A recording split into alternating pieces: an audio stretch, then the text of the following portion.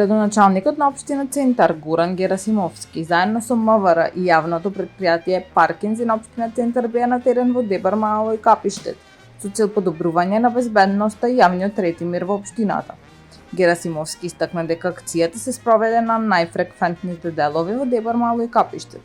Посебно внимание се посвети на зголемување на безбедноста, сообраќајниот метеж, непрописно паркираните возила, прекумерната буча од локалите и јавниот ред и мир.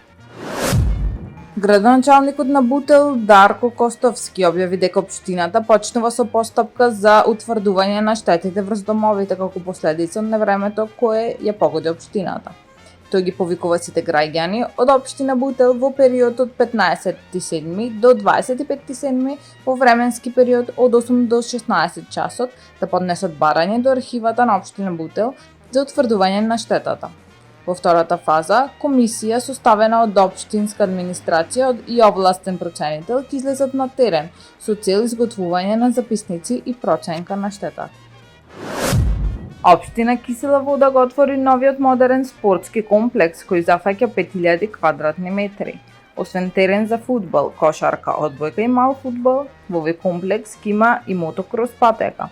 Како што напише градоначалникот Орце Ѓоргиевски на својот Facebook профил, просторот е хортикултурно уреден, ограден, осветлен, со уредни пешачки патеки и урбана опрема, клупи и канти за отпадоци, со што се очекува дека ова ќе биде често посакувана локација за спортски активности, за дружење и рекреација, место каде што децата ќе можат да растат здраво и среќно.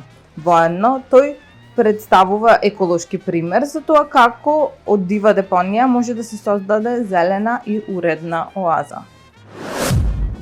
По добиеното известување од јавната здравствена установа Центар за јавно здравје Скопје за сомнеж за можно труење, инспекциски служби на Агенцијата за храна и ветеринарство во координација и соработка со стручни лица од Центарот за јавно здравје, Институтот за јавно здравје и Државниот здравствен и санитарен инспекторат на 10.7.2024 година спроведува вонреден инспекцијски надзор во сендвичарата седмица во Скопски аеродром. Основ за вонредната инспекцијска контрола се пријавени 9 случаи, од кои 5 лица лабораториски потврдени со наод на салмонела, 3 лица со гастроентероколитис и 1 лице со труење со храна, стои во соопштението на АХВ. При контролата констатирана е задоволнителна санитарно-хигиенска состојба во објектот. Таму е Скопје, град мој убав лише, што ми расте сни.